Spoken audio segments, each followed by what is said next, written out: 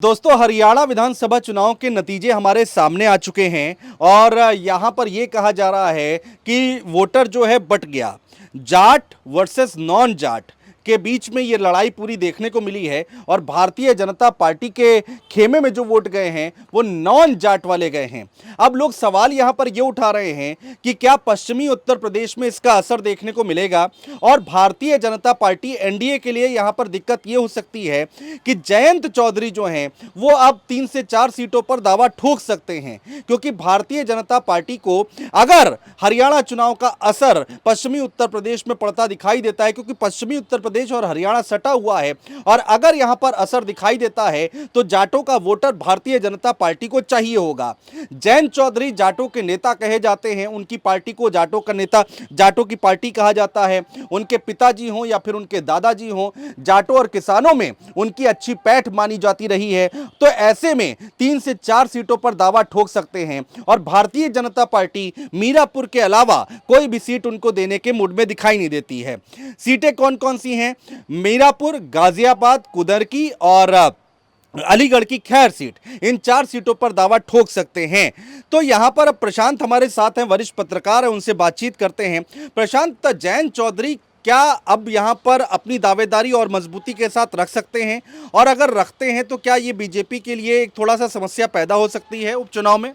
देखिए, उपचुनाव में भी और थोड़ा सा और आगे ले जाएंगे तो 2027 के लिए भी भारतीय जनता पार्टी और आरएलडी ख़ास तौर पर जिस बेल्ट की पॉलिटिक्स करती है, उस बेल्ट के लिए ज़रूरी है उपचुनाव और उसके अलावा 2027 का विधानसभा चुनाव।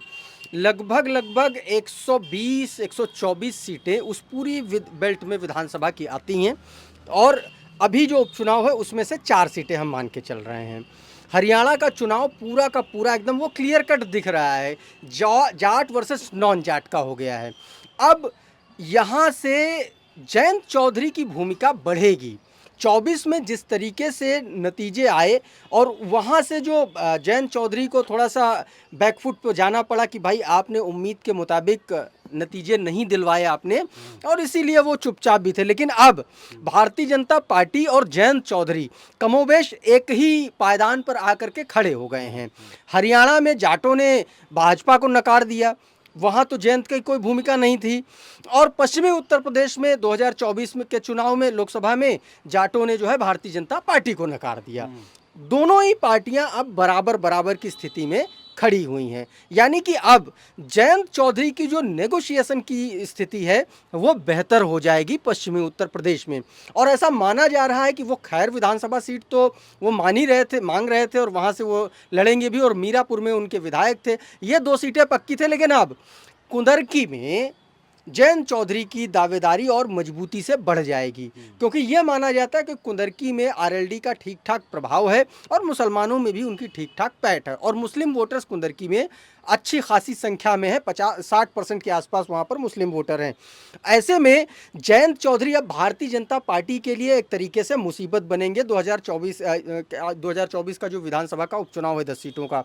अच्छा, इसमें एक चीज़ अब मैं और बोलूँगा, यहाँ पर सिर्फ बीजेपी की बात नहीं करेंगे, यहाँ पर बात आपको योगी आदित्यनाथ और दिल्ली दरबार की भी करनी पड़ेगी। उपचुनाव का पूरा दारोमदार मुख्यमंत्री योगी आदित्यनाथ पर है, और हरियाणा का जो चुनाव लड़ रहा था वो केंद्रीय नेतृत्व लड़ रहा था। ऐसे में अब पश्चिमी उत्तर प्रदेश की जो ये 4 सीटें हैं वो योगी आदित्यनाथ कैसे मैनेज करेंगे।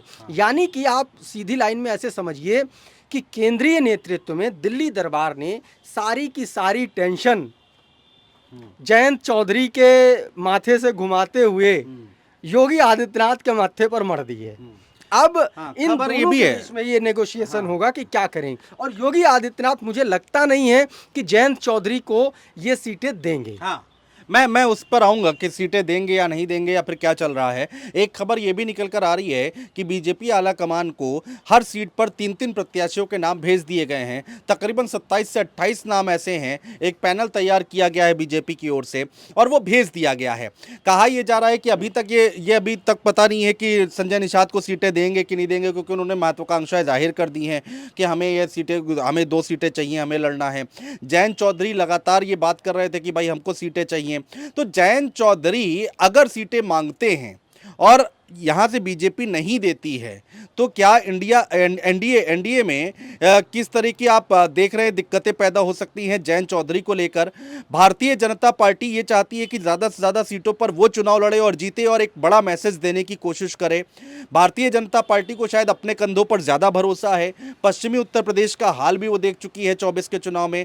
तो कितनी बड़ी मुसीबत या फिर कोई खटपट देखने को मिल सकती है? देखिए, बीजेपी अभी उस स्थिति में नहीं है कि वो ये कह सके कि अब वो अपने अकेले दम पर। बीजेपी का अब डाउनफॉल शुरू हो चुका है और हरियाणा के जिस तरीके से नतीजे आए हैं उन नतीजों ने ये बात बता दी है, कह दिया है एकदम कि आप अपनी हैसियत में रहिए, आप अपने जामे से बाहर मत निकलिए, पब्लिक सबसे ऊपर है। ये बात ये नतीजे बता रहे हैं। तो हरियाणा में तो बीजेपी जीत गई ना? जीत गई है, लेकिन किस मार्जिन से जीती है, कहाँ किस स्थिति में आकर के जीती है, ये आपको देखना पड़ेगा। यानी कि उसने ये बता दिया है कि हम इस तरीके के नतीजे भी दे सकते हैं जैसे 2024 के नतीजे इस बार जनता ने दिए। बीजेपी को ये बता दिया, भाई वेलफेयर के काम कीजिए, पब्लिक के काम कीजिए, अननेसेसरी इश्यूज़ को आप अपने हिसाब से उसको मोल्ड मत करिए। तो ये जो नतीजे हैं, हरियाणा के जो नतीजे हैं, वो आने वाला जो 2027 का चुनाव होगा उसके नज़रिए से भी उत्तर प्रदेश में बहुत इंपॉर्टेंट रोल प्ले करेंगे, क्योंकि अब यहाँ से जयंत चौधरी की जो स्थिति है वो पश्चिमी उत्तर प्रदेश में और ज़्यादा उनकी एक्टिविटी भी बढ़ेगी। और एक्टिविटी इसलिए बढ़ेगी क्योंकि उनको अपनी सीटों की संख्या में इजाफा करना है, क्योंकि जयंत चौधरी अब हाल फिलहाल में भारतीय जनता पार्टी से इधर उधर जाने की स्थिति में है नहीं। तो प्रशांत भाई ठीक बात है, वो इधर उधर जाने की स्थिति में नहीं है, लेकिन जयंत चौधरी का वो जादू नहीं चल पा रहा है ना पश्चिमी उत्तर प्रदेश में। कौन सी सीट ऐसी है जिसमें बहुत अच्छा प्रभाव था? कौन सी ऐसी सीट है जहां पर सारे जाट एक तरफ हो गए? भारतीय जनता पार्टी अगर जयंत चौधरी पर भरोसा करे तो करे कैसे? सवाल ये भी उठता है। आपको मांगने में क्या है, आप 10 सीटें मांग लीजिए, 10 पर उपचुनाव है, आप 10 की 10 मांग लीजिए, लेकिन जीत कर तो दिखाइए। बीजेपी का कहना तो यही है ना। ठीक बात है। और भारतीय जनता पार्टी ने इनको बहुत अच्छी तरीके से इनको आप ये कह सकते हैं कि उनको बहुत कायदे से आप उनके भाई दादाजी को भारत रत्न दे दिया, इनाम दिया है, यूपी सरकार में मंत्री बना दिया एक। इसके अलावा आप देखेंगे केंद्र में वो खुद मंत्री बने बैठे हुए हैं। तो बहुत कुछ दिया है भारतीय जनता पार्टी में, अब वो मांग रही है आप हमको कुछ दीजिए। तो आप ये समझिए कि हरियाणा के जो नतीजे आए हैं उनसे पश्चिमी उत्तर प्रदेश में जयंत चौधरी नेगोशिएट तो करेंगे, लेकिन योगी आदित्यनाथ से वो नेगोशिएट कर पाएंगे इसकी उम्मीद मुझे बहुत कम लग रही है। ये तो साख का सवाल है ना। हाँ। योगी आदित्यनाथ के लिए कि भाई उत्तर प्रदेश में लोकसभा हारे। अब ये भी खबरें निकल कर आ रही हैं कि दिल्ली और लखनऊ की जो खाई थी वो बढ़ी है और इस बार पूरी की पूरी जिम्मेदारी दे दिया गया है कि ठीक है आप जाइए और लड़के दिखाइए और जीत के दिखाइए। तो ये तो साख का सवाल बन गया है 10 सीटें। हाँ, साख का सवाल बन गया है। और जिस पश्चिमी उत्तर प्रदेश की हम बात कर रहे हैं, यहाँ से भूपेंद्र चौधरी आते हैं, यहाँ से भारतीय जनता पार्टी के जो सीनियर लीडर हैं एक वो भी आते हैं। तो आप देखिए कि वो भी जो 4 सीटें हैं उनका 2-2 सीटों का प्रभार एक भूपेंद्र चौधरी को प्रभार दिया गया और एक और नेता है भारतीय जनता पार्टी, उनका नाम मुझे याद नहीं आ रहा, उनको दिया गया है। तो ये दोनों ही नेता पश्चिम से आते हैं। ऐसे में भारतीय जनता पार्टी भी अपने संगठन के स्तर पर ये मजबूत करके ये एश्योर करके चल रही है कि जयंत चौधरी को अब कम से कम उनका जो प्रभाव, जो संगीत सुम कहते हैं ना 1.5 जिले की पार्टी, तो वो कहीं ना कहीं बीजेपी उसमें बैकडोर से अपनी मजबूती करने की कोशिश भी कर रही है। जैसे देखिए भारतीय जनता पार्टी ने बिहार में भी नीतीश कुमार के साथ गठबंधन करके जेडीयू का एक बहुत बड़ा जो वोटर वर्ग है वो भारतीय जनता पार्टी की तरफ आ गया। कमोबेश वही दांव चलने की कोशिश में भारतीय जनता पार्टी पश्चिमी उत्तर प्रदेश में है। और आप देखिए समाजवादी पार्टी का अगर पॉइंट ऑफ व्यू से देखें, पिछले दिनों किसान संगठन आए थे मिलने, राकेश टिकैत आए थे। तो पश्चिमी उत्तर प्रदेश में सिर्फ जाट नहीं, जाट प्लस किसान, आप किसानों को दरकिनार नहीं कर सकते। भाई जयंत चौधरी चले गए समाजवादी पार्टी से, अखिलेश यादव ने राकेश टिकैत को कर लिया, किसानों को अपने पक्ष में सीधे तौर पर कर लिया। जयंत चौधरी जाएं तो जाएं, कोई फर्क नहीं पड़ता। अब जयंत चौधरी बीच में फंस गए क्योंकि भारतीय जनता पार्टी ने धीरे धीरे आरएलडी में भी अब जयंत चौधरी के सामने अब चुनौती ये भी है कि उनको साबित करना है कि हम 1.5 जिले की पार्टी नहीं है। ठीक बात है, और ये बहुत बड़ी चुनौती है। और ऐसे में जयंत चौधरी के सामने ये जो सीटें हैं, 4 सीटें, ये एनडीए को जिता करके देने का एक बहुत बड़ा उनके ऊपर समझ लीजिए भार है और उनको देना पड़ेगा, वरना भारतीय जनता पार्टी वो पार्टी है, वो फिर देती है अगर तो फिर वो भी लेती है उसी तरीके से।